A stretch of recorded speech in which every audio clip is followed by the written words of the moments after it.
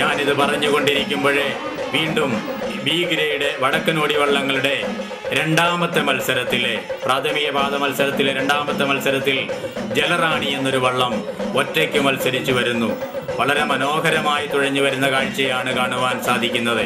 ഇവിടെ നിന്ന് നോക്കുമ്പോഴേ വളരെ മനോഹരമായ രീതിയിൽ അങ്ങനെ ജലറാണിയും കടന്നുപോയിരിക്കുന്നു. ഇനി നടക്കേണ്ടതായിട്ടുള്ളത് ചുരുളൻ ബി ഗ്രേഡ് വള്ളങ്ങളുടെ മത്സരമാണ്. ഇത് ചുരുളൻ വള്ളങ്ങളെ സംബന്ധിച്ച് പറയുമ്പോഴേ ഇത് കുട്ടനാട്ടുകാരൻ്റെ പൈതൃകത്തിൻ്റെയും പാരമ്പര്യത്തിൻ്റെയും പ്രതാപത്തിൻ്റെയും പ്രതീകമാണ്. വളവര വെച്ച ചുരുളൻ വള്ളങ്ങളെ വളവരെയൊക്കെ മാറി ഇന്ന് മത്സരത്തിനിറങ്ങിയിരിക്കുകയാണ്. ഒന്നാമത്തെ ട്രാക്കിൽ മായാമങ്കോട്ടയാണ് കടന്നു വരുന്നത്.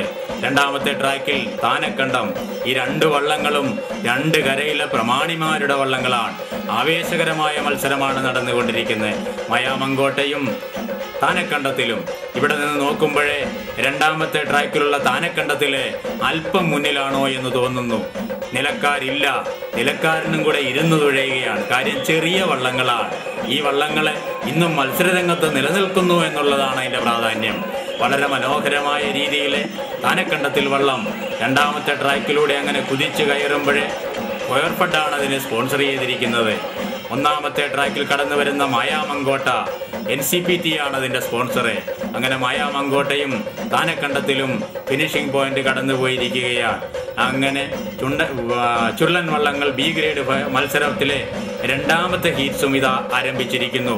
ഒന്നാമത്തെ ട്രാക്കിൽ 32 നമ്പർ വള്ളം പുലരി. രണ്ടാമത്തെ ട്രാക്കിൽ 33 നമ്പർ വള്ളം പുത്തൻപറമ്പ്. യോസുകുട്ടിയാണ് അതിൻ്റെ ക്യാപ്റ്റൻ. എന്നാൽ പുലരിയുടെ ക്യാപ്റ്റൻ ആരാണ്? രാജീവാണ് അതിൻ്റെ ക്യാപ്റ്റൻ. വളരെ മനോഹരമായ രീതിയിൽ രണ്ട് ബി ഗ്രേഡ് ചുരുളൻ വള്ളങ്ങളെ അങ്ങനെ മത്സരിച്ച് വരുന്ന കാഴ്ചയാണ് കാണുവാൻ സാധിക്കുന്നത്. ഇവിടെ നിന്നിപ്പോൾ ഞങ്ങൾ നോക്കുമ്പോഴേ രണ്ടാമത്തെ ട്രാക്കിലുള്ള പുത്തൻപറമ്പ് വള്ളം അല്പം മുന്നിലാണെന്ന് തോന്നുന്നു. എന്നാൽ പുലരിയും വിട്ടുകൊടുക്കുന്നില്ല. ആ പേരിൽ തന്നെയുണ്ടല്ലോ ഒരു പ്രത്യേകത, പുലരിയും പ്രകാശവും. അങ്ങനെ വളരെ മനോഹരമായ രീതിയിൽ ഒപ്പം എത്തിപ്പെടുവാനുള്ള ശ്രമം പുലരി നടത്തുമ്പോഴേ പുലരി ഞങ്ങൾക്കൊരു പ്രശ്നമല്ല എന്ന് പ്രഖ്യാപിച്ചുകൊണ്ട് പുത്തൻപറമ്പ് വള്ളം ഇതാ മനോഹരമായ രീതിയിൽ കടന്നു പോവുകയാണ്. ഇപ്പോൾ ഏതാണ്ട് ഒരു വള്ളപ്പാട് മുന്നിലെ പുത്തൻപറമ്പ് വള്ളം അങ്ങനെ കടന്നു പോകുന്ന മനോഹരമായ ഒരു കാഴ്ചയാണ് കാണുന്നത്.